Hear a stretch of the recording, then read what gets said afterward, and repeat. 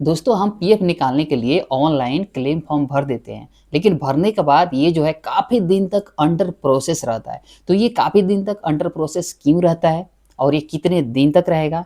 अगर ज़्यादा दिन तक अंडर प्रोसेस रहता है तो इसका फिर सॉल्यूशन क्या है? तो दोस्तों देखिए, जब आप ऑनलाइन क्लेम फॉर्म भरते हैं, जैसे फॉर्म 19 पूरा पीएफ का पैसा निकालने के लिए, या फिर फॉर्म 10 सी पूरा पेंशन का पैसा निकालने के लिए, या फिर कोई आपका एडवांस हो, तो ये काफ़ी दिन तक अंडर प्रोसेस रहता है, सेटल ही नहीं होता है। तो इसके कई रीज़न हो सकते हैं, लेकिन मुख्य रीज़न जो है, जिसकी वजह से ज़्यादा दिन तक अंडर प्रोसेस चला जाता है, वो है आपको इन बातों को ज़रूर ध्यान रखनी चाहिए। अप्लाई करने से पहले आपको ध्यान देना है। पहला रीज़न ये होगा कि आपका नेम में मिसमैच होगा, ठीक है ना? जैसे आधार कार्ड में जो नाम है, जो पीएफ में नाम है, उस नेम में मिसमैच है, या फिर आपके फादर नेम में मिसमैच है। जैसे कई बार लोग पीएफ एडवांस के लिए फॉर्म भर देते हैं, उसमें कई सारे एस्टेब्लिशमेंट होते हैं, तो किसी भी कंपनी में आपका फादर का नाम दूसरे कंपनी से मैच नहीं कर रहा है, या फिर आधार से मैच नहीं है, तो भी अंडर प्रोसेस चला जाता है, ठीक है?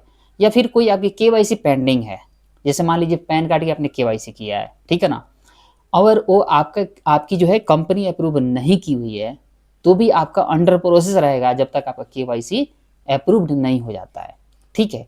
और एक मेजर कारण है, कई सारे बैंक लोग यूज़ करते हैं जिनकी आईएफएससी कई बार देखा गया कि चेंज हो जाता है। जैसे छोटे-छोटे बैंकों को हम लोगों ने देखा था कि आईएफएससी मर्ज हो गई थी, ठीक है ना? छोटे-छोटे बैंकों को बड़े बैंकों के साथ मर्ज कर दिया गया, और उसकी वजह से क्या होता है कि आईएफएससी चेंज हो जाती है। तो इस परिस्थिति में भी पीएफ अंडर प्रोसेस चला जाता है। या फिर कोई आप ऐसे अकाउंट नंबर यूज़ कर लिए हैं, केवाईसी तो आपने कर रखी है बैंक के, लेकिन अकाउंट नंबर आप यूज़ कर लिए हैं, जो आप उसे बंद करा दिए हैं, या बैंक उसे बंद कर रखी है, इनएक्टिव कर रखी है। तो उस परिस्थिति में भी आपका जो है पीएफ अंडर प्रोसेस चला जाता है, और 1-1 महीने तक ये अंडर प्रोसेस रहता है, ठीक है?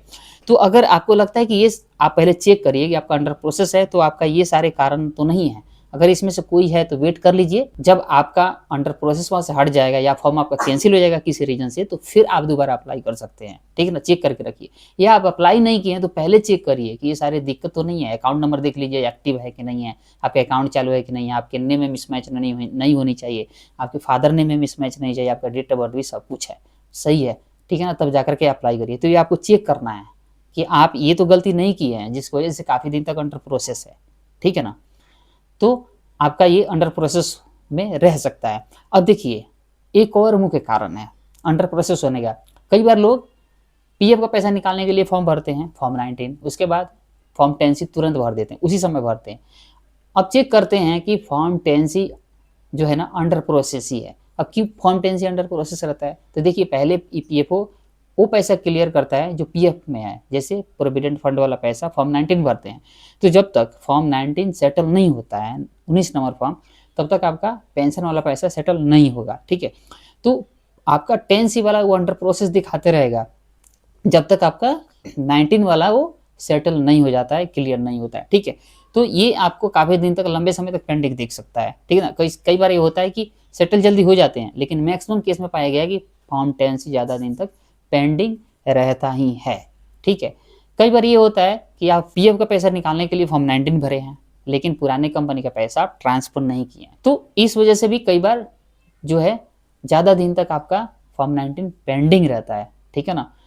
अब ये सारे पेंडिंग क्यों रहता है, तो मैं बताता हूँ कि अब देखिए, अब ऑटोमेटिक सेटलमेंट हो रही है। आप जब फॉर्म अप्लाई कर रहे हैं तो कंप्यूटर सॉफ्टवेयर इसको ऑटोमेटिक सेटलमेंट कर रहा है, ठीक है?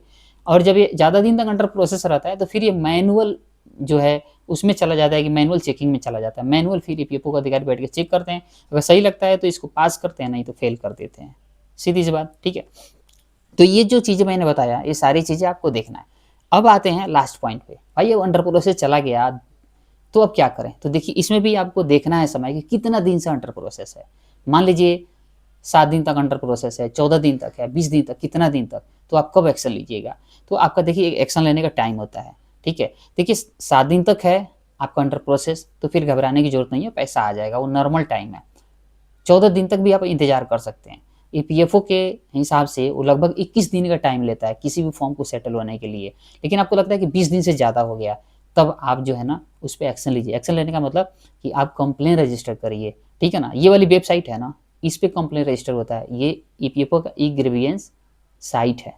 आप क्या कर सकते हैं कि ट्रैकिंग नंबर या अपने ईवन नंबर से, ठीक है ना, कंप्लेंट रजिस्टर कर सकते हैं। कई सारे लोग जो है ना कंप्लेंट रजिस्टर करके भूल जाते हैं, भूलना नहीं है। आपको रिमाइंडर भेजना है, हर तीसरे दिन रिमाइंडर भेजना है जब तक उसका सॉल्यूशन नहीं आ जाता है। लेकिन ये कब करना है आपको? 20 दिन के बाद करिएगा। पहले करिएगा तो स्वाभाविक है कि आपको रिप्लाई नहीं आएगा, जवाब नहीं आएगा। लोग कहते हैं कि मेरी जवाब नहीं आता है, मैंने कंप्लेंट कर दिया। देखिए, आप अगर 5 ही 6 दिन बाद कंप्लेंट रजिस्टर कर देंगे तो कैसे आपका रिप्लाई आएगा? एक टाइम भी तो होता है, ईपीएफओ का टाइम है, उनको टाइम देना पड़ेगा, ठीक है? तो इसको आपको जो है ना रजिस्टर कंप्लेन करके आपको फ़ॉलो अप करना पड़ेगा। कहने का मतलब आपको रिमाइंडर डालना पड़ेगा। जब रिमाइंडर आप डालेंगे तो निश्चित तौर पे जो है आपका क्लेम जो है ना या तो सेटल हो जाएगा या रिजेक्ट हो जाएगा। सेटल हो जाएगा तो अच्छी बात है कि आपका पैसा आ जाएगा अकाउंट में, और रिजेक्ट होता है तो आप चेक करिए कि किस रीज़न से आपका क्लेम रिजेक्ट हुआ है।